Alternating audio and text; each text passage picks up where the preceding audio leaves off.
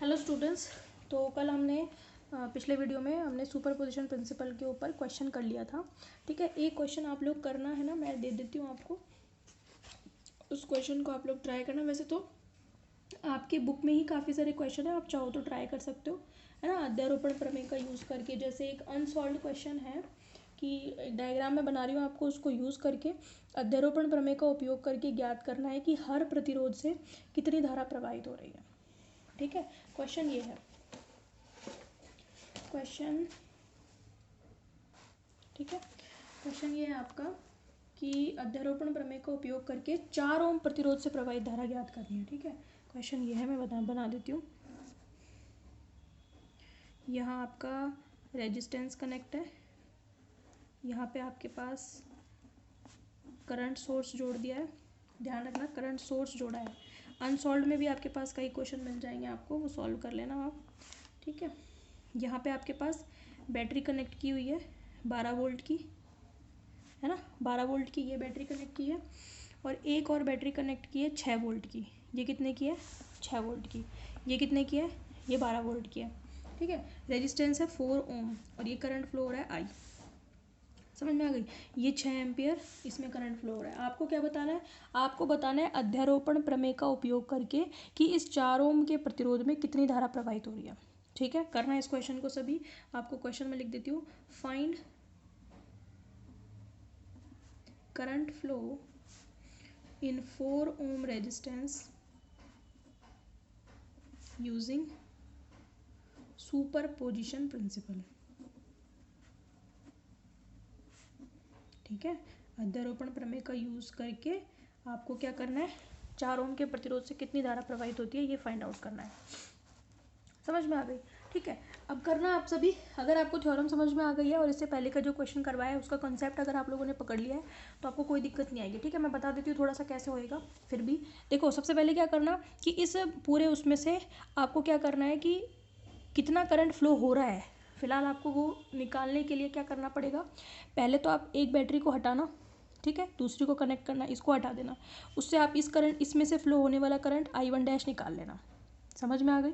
Kirchhoff का नियम use करते हुए या जैसे भी आप करते हो। ठीक है, बिना किरचॉफ के भी कर सकते हो। ठीक है, फिर क्या करना, इसको हटा दे, इसको लगा के रखना और इसको हटा देना। ठीक है, फिर फाइंड आउट करना इसमें से I1 फिर जो है आप दोनों को जोड़ना, धारा के हिसाब से जोड़ना है, घटाना है, जो भी करना है, सुपर इम्पोज करना है। फिर आपको ये करंट आई मिल जाएगा। समझ में आ गई बात? करना इस क्वेश्चन को। मैं जो है नई थ्योरम शुरू करा रही हूँ आपकी, थ्योरम नंबर 2। अगर आपको समझ में आ गया है तो क्वेश्चन करने में कोई दिक्कत नहीं आने वाली है। ठीक है, नेक्स्ट आपकी जो थ्योरम है वो इंपॉर्टेंट थ्योरम है, थेवेनिन थ्योरम। या तो ये सिद्ध करने के लिए आएगी या इसके ऊपर क्वेश्चन आएगा, वेरी इंपॉर्टेंट थ्योरम। थ्योरम तो सारी ही इंपॉर्टेंट है, किसी को भी कम या किसी को भी ज़्यादा इंपॉर्टेंट नहीं कह सकती। पेपर में कोई सी भी पूछी जा सकती है। ठीक है, लेकिन ये थोड़ी सी सुपरपोजिशन प्रिंसिपल से थोड़ी सी क्रिटिकल है, तो थोड़ा सा ध्यान से समझना है इसको। ठीक है, नाम है थेवेनिन थ्योरम।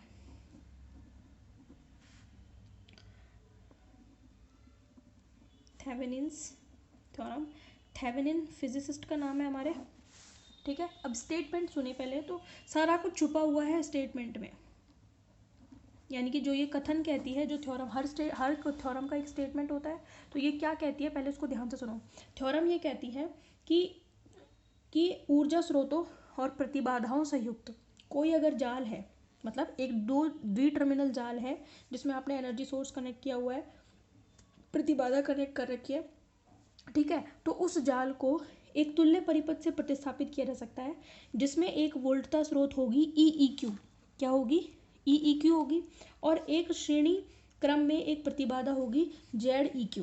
समझ में आ गई? फिर हम देखेंगे कि EEQ कैसे निकलेगी और ZEQ कैसे निकलेगी। बस उसने ये कहा है कि जटिल परिपथ जो है उसको एक सिंपल परिपथ से प्रतिस्थापित किया जा सकता है जिसमें एक वोल्टेज होगी EEQ और साथ में श्रेणी क्रम में एक प्रतिबाधा होगी ZEQ। ठीक है, फिर उसने ये कहा है कि जो EEQ है वो कैसे निकलेगी, जो लोड के टर्मिनल है उनको ओपन करके निकलेगी, और ZEQ जो है वो उन्हीं टर्मिनल को शॉर्ट सर्किट करके निकलेगी।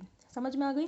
तो एक तरीके से EEQ जो है वो ओपन सर्किट वोल्टेज है और ZEQ शॉर्ट सर्किट इम्पीडेंस है। ठीक है, अभी सुनने में थोड़ा हो सकता है अजीब लग रहा हो, लेकिन अभी मैं लिखूंगी, समझाऊंगी, प्रूव करूंगी, क्वेश्चन करेंगे तो इस दौरान सारा समझ में आ जाएगा। ठीक है, तो स्टेटमेंट क्या कहता है पहले हम वो लिख देते हैं। तो हम लिखेंगे, according to this theorem, according to this theorem, a critical circuit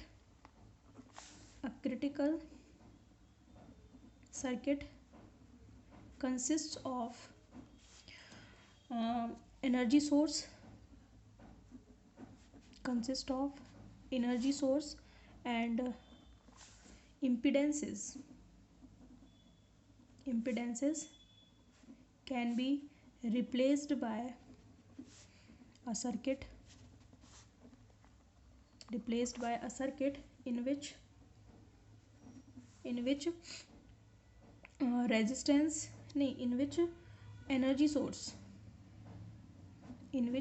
energy source EEQ and impedance ZEQ is connected in series ठीक है। यहाँ तक उसने बात बोली कि क्रिटिकल सर्किट यानी कि एक जटिल जाल को हम एक ऐसे जाल से प्रतिस्थापित कर सकते हैं जिसमें एक एनर्जी स्रोत या ऊर्जा स्रोत जो है EEQ जुड़ा होगा और श्रेणी क्रम में एक प्रतिबाधा ZEQ जुड़ी होगी। फिर उसने बताया कि EEQ कैसे मिलेगा और ZEQ कैसे मिलेगा। उसने बताया कि where EEQ is the open circuit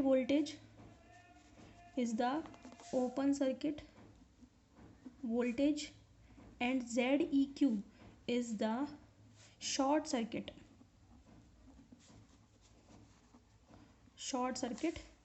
impedance।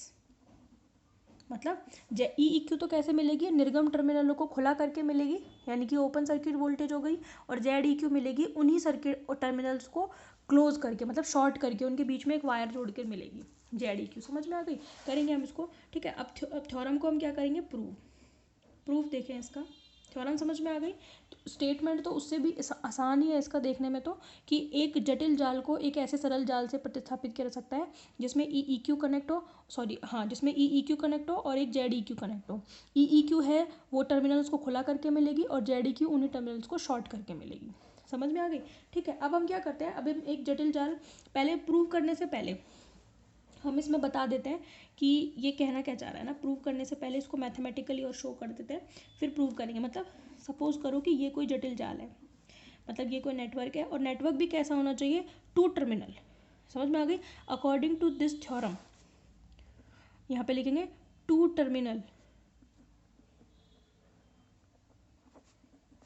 Terminal critical circuit. समझ में आ गई? तो ये कैसा होना चाहिए, 2 टर्मिनल, यानी कि इसमें जो है आपके ये लो 2 टर्मिनल मैंने शो कर दिए। यहाँ पे आपका लोड हो गया ZL है, ये क्या है ZL, ठीक है। ये आपका A टर्मिनल, ये B टर्मिनल, 2 ही टर्मिनल है, 2 निर्गम टर्मिनल है इसमें, ठीक है। फिर ये यूँ कह रहा है कि इस 2 टर्मिनल नेटवर्क को हम एक ऐसे नेटवर्क से प्रतिस्थापित कर सकते हैं जिसमें एक होगा EEQ सोर्स होगा, एक होगी प्रतिबाधा ZEQ, ठीक है, और साथ में लोड तो होगा ही होगा। आउटपुट टर्मिनल तो है ही, ये A है ये B है और इनको कनेक्ट कर देना है हमको लोड से। ये क्या है EEQ, ठीक है। उसने यही तो कहा कि एक जटिल जाल है 2 टर्मिनल का, उसको आप प्रतिस्थापित कर सकते हो एक ऐसे जाल से जिसमें EEQ कनेक्ट होगा, श्रेणी क्रम में ZEQ कनेक्ट होगा, बाकी लोड तो होगा ही होगा, ठीक है। इस तरीके से इसे प्रतिस्थापित कर सकते हैं। अब हम देखेंगे कि EEQ कैसे निकालेंगे, ZEQ कैसे निकालेंगे। समझ आ गई? तो प्रूफ देखें अब इसका। अब हम क्या करेंगे, एक जटिल सर्किट मान के चलते हैं, consider critical circuit, consider critical circuit. तो मैंने कंसिडर कर लेती हूँ, क्या कंसिडर किया मैंने ये कंसिडर किया कि भाई सोर्स तो होना ही चाहिए, ये तो हो गई सोर्स वोल्टेज, ये सोर्स इम्पीडेंस और यहाँ पर एक इम्पीडेंस कनेक्ट है ना। एक तरीके से ये आपको दिख रहा हो तो ये आपको स्टार सर्किट बोलते हैं इसको। ऐसे मैंने क्रिटिकल सर्किट में 3 तरीके के सर्किट आते हैं, T सर्किट, पाई सर्किट और स्टार सर्किट, ठीक है। आपके हैं नहीं वरना पढ़ते इसको भी अपन। तो ये है आपका Z1, ये है Z2 और ये है ZL, नहीं ये ZL नहीं है, ये है Z3। ZL तो ये हो गया ना, Z3 दिख रहा है नहीं दिख रहा, ठीक है। तो इस तरीके से मैंने एक क्रिटिकल सर्किट ये कंसीडर कर लिया। इसमें जो करंट यहाँ से जा रहा है वो है IS, ये सोर्स करंट है, और इसमें जो करंट फ्लो हो रहा है ना, इसमें वो करंट हो रहा है IL फ्लो, यानी कि ये है आपका लोड करंट। समझ में आ गई? तो हमने क्रिटिकल सर्किट कंसीडर कर लिया, उसमें क्या क्या कंसिडर किया हमने, एक सोर्स कनेक्ट कंसिडर करेंगे इनपुट में, उसका सोर्स इम्पीडेंस, मतलब इसी सोर्स का इम्पीडेंस है ये, इसको इंटरनल इम्पीडेंस कह सकते हैं।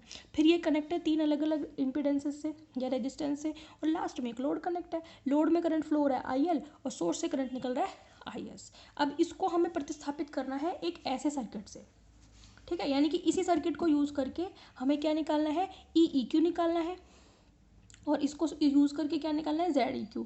EEQ तो कैसे निकलेगा, इनको ओपन करके, और ZEQ कैसे निकलेगा, इसको शॉर्ट करके लोड को। यहाँ पे टर्मिनल है आपका A टर्मिनल आउटपुट, और ये टर्मिनल है आपका B टर्मिनल। समझ में आ गई बात, इतना काम है आपका। तो सबसे पहले हम क्या करेंगे, सबसे पहले हम निकालेंगे कि ये IL कितनी होगी, क्योंकि इससे अल्टीमेटली हमें निकालना क्या है पता है आपको, इससे हमें निकालना है IL। यहाँ पे मैं बता देती हूँ, अगर आप इस सर्किट को देखो, इसमें फ्लो होने वाला करंट है IL पता है कितना है, IL अगर आप निकालोगे तो IL आएगा आपका EL upon EEQ upon ZEQ plus ZL, आएगा कि नहीं। अरे भाई किरचॉफ का नियम लगा दो ना, IL करंट फ्लो हो रहा है इसमें, तो किरचॉफ का नियम लगाओगे तो क्या लिखोगे, किरचॉफ का नियम लगा दो इसमें, EEQ plus IL into ZEQ plus IL into ZL is equal to 0। तो IL की वैल्यू कितनी आ जाएगी, EEQ upon ZEQ plus ZL ही तो आएगी किरचॉफ का नियम लगाने से, क्या नहीं आएगी। ठीक है, ये आपका प्लस टर्मिनल, ये माइनस टर्मिनल, ऐसे जा रहे हैं अपन, तो माइनस का EEQ plus ZEQ into IL plus ZL into IL common ले लो, ये निकलेगी। तो हमें क्या चाहिए, IL चाहिए। IL कैसे निकलेगी, जब EEQ निकलेगा, जब ZEQ निकलेगा, जब ZL निकलेगा। समझ में आ गई। तो पहले हम निकालेंगे IL, फिर वो IL में से अलग अलग छांट देंगे, EEQ को अलग छांट देंगे, ZEQ को अलग छांट देंगे, और हमारा काम हो जाएगा। समझ में आ गई। तो पहले इस सर्किट को यूज़ करके हमें निकालना क्या है, IL, यानी कि लोड करंट निकालना है कि लोड पे कितना करंट है। समझ में आ गई। और IL निकालने के लिए हमें क्या करना पड़ेगा, निवेशी धारा निकालनी पड़ेगी, मतलब ये तो निर्गम धारा है, लोड धारा या निर्गम धारा या आउटपुट करंट कुछ भी कह लो, और ये है इनपुट करंट। ठीक है, तो सबसे पहले हम क्या करेंगे, first we will find input current. Input current बोले तो IS तो निकालना अब आपको अच्छी तरीके से आ जाना चाहिए। IS मेन करंट है, और मेन करंट कैसे निकलेगा, कुल वोल्टेज अपॉन कुल इम्पिडेंस, यानी कि इक्विवेलेंट इम्पिडेंस। आपको उसके लिए पता लगाना पड़ेगा कौन सीरीज़ में है कौन पैरेलल में है, ये पता लगाना पड़ेगा। ठीक है, तो जो IS होगी वो दरअसल होगी टोटल वोल्टेज तो E ही है, टोटल वोल्टेज कितनी है, टोटल तो E है, बस आपको क्या चाहिए, इक्विवेलेंट रेजिस्टेंस। समझ में आ गई, यानी कि REQ कह दो, ZEQ मैं इसलिए नहीं कह रही क्योंकि ZEQ तो हमें यहाँ से निकलेगा। ठीक है, तो कंफ्यूज हो गया आप, इसलिए मैंने यहाँ पे REQ से लिया है।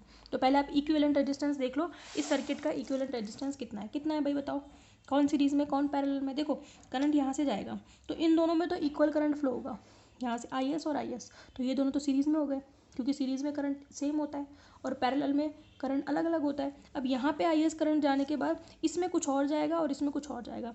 यहाँ से अगर IS में से IL इधर जाता है तो इसमें कितना करंट जाएगा, IS माइनस IL जाएगा। ये वाली बात तो सही है ना, IS जाएगा यहाँ से, IL इसमें से इधर चला जाएगा, और IS माइनस IL इधर जाएगा। सही, ठीक है। अब देखो इन दोनों में जो सेम करंट है तो ये तो सीरीज़ में हो गए, यहाँ पे आ गए हम, यहाँ पे आने के बाद यहाँ से जो भी IL करंट गया वो इसमें और इसमें सेम फ्लो हो रहा है, IL इसमें भी IL जाएगा, इसमें भी IL जाएगा, तो ये दोनों भी कैसे हो गए, सीरीज़ में हो गए। लेकिन इन दोनों का जो सीरीज़ इक्विवेलेंट होगा ना वो इसके साथ कैसे है, पैरेलल में। इन दोनों का सीरीज़ इसके साथ कैसे है, पैरेलल में, फिर उन दोनों का इक्विवेलेंट इसके साथ कैसे है, सीरीज़ में। समझ में आई मेरी बात, मैंने क्या बोला भाई, जो सीरीज़ में है उनका इक्विवेलेंट इसके साथ होगा पैरेलल में, और इन तीनों का इक्विवेलेंट इसके साथ कैसा होगा, सीरीज़ में। समझ में आ गई। तो क्या करेंगे, समझ में आ जाएगी, बस दिमाग पे देखो जोर डालना पड़ेगा। जब तक आप खुद कोशिश नहीं करोगे तब तक कोई काम पॉसिबल ही नहीं है ना। आप ये सोचो कि टीचर समझा के दिमाग में भी वही बैठ जाए और वही बैठा दे, तो वो काम नहीं हो सकता। मैं सिर्फ गाइड करूँगी, मैं सिर्फ वो तरीके बताऊँगी जिससे आप हर तरीके का सर्किट सॉल्व कर सकते हो, क्योंकि एक मेथड तो है नहीं किसी भी चीज़ को सॉल्व करने का, और सर्किट सॉल्व करने का एक मेथड तो पॉसिबल ही नहीं है। ठीक है, तो कितने ही मेथड हो सकते हैं, बाकायदा कि आपका दिमाग उन दिशाओं में चले। समझ में आ गई। तो जब तक खुद कोशिश न करोगे, किसी सर्किट को खुद लेकर के नहीं बैठोगे, उसमें माथा फोड़ी नहीं करोगे, तब तक समझ में नहीं आएगी कोई भी चीज़। मेरे रूल्स को फॉलो करो और क्वेश्चन ज़्यादा से ज़्यादा करो, फिर देखो चीज़ कैसे समझ में नहीं आती है।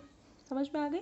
तो मैं क्या बोल रही हूँ, आप तो करंट देखो, इन दोनों में सेम करंट फ्लो हो रहा है, सीरीज़ में होंगे, इन दोनों में सेम फ्लो हो रहा है, सीरीज़ में होंगे, बट ये इसमें और इसमें अलग करंट फ्लो हो रहा है, तो इन दोनों का सीरीज़ इसके साथ पैरेलल पे होगा, फिर इन तीनों का इक्विवेलेंट इन दोनों के साथ सीरीज़ में होगा। समझ में आ गई? तो सबसे पहले हम क्या करेंगे, इन दोनों का सीरीज़ कितना होगा भाई, Z2 + ZL कितना होगा, Z2 + ZL, वो इसके साथ कैसे है, पैरेलल में, तो पैरेलल का कैसे निकालोगे, R1 R2 upon R1 + R2, तो R1 तो ये हो गया, R2 ये Z2 + ZL हो गया, और R1 + R2 कितना हो गया, Z3 + Z2 + ZL। फिर इनका इक्विवेलेंट किसके साथ सीरीज़ में है, इन दोनों के साथ, और ये दोनों ऑलरेडी सीरीज़ में है ना, इनका सीरीज़ में अगर निकालोगे तो वो क्या आएगा, ZS + Z1 ही तो आएगा, हो गया ना सीरीज़ में। ये तीनों का इक्विवेलेंट इसके साथ सीरीज़ में हो गया, इसलिए तो मैं डायरेक्ट प्लस लगा दिया, और ये ऑलरेडी सीरीज़ में थे इसलिए मैंने इनके बीच में प्लस लगाया है। समझ में आ गई? तो ये मैंने क्या निकाली, IS। आई डोंट थिंक कि आपको किसी भी सर्किट के सीरीज़ और पैरेलल निकालने में कोई प्रॉब्लम होनी चाहिए, अगर है तो फिर आपको वापस जाना पड़ेगा 12th क्लास में, 11th और 12th में खूब सीरीज़ और पैरेलल पढ़े, ठीक है। तो ये मेरी हो गई इक्वेशन नंबर 1, ठीक है। वीडियो को बार बार देखो, इन वीडियोस को बार बार देखो, फिर आपको पूरा समझ में आएगी चीज़, ठीक है। तो इक्वेशन 1 आ गई।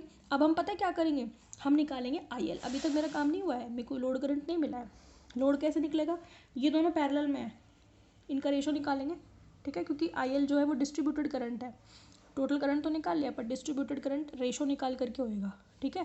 फिर उस रेशो को टोटल करंट से मल्टीप्लाई कर देंगे, हमारे पास IL निकल जाएगा, ठीक है। तो कल इसको अपन पूरा कर लेंगे, परसों इस पर क्वेश्चन करेंगे, ठीक है। Thank you so much.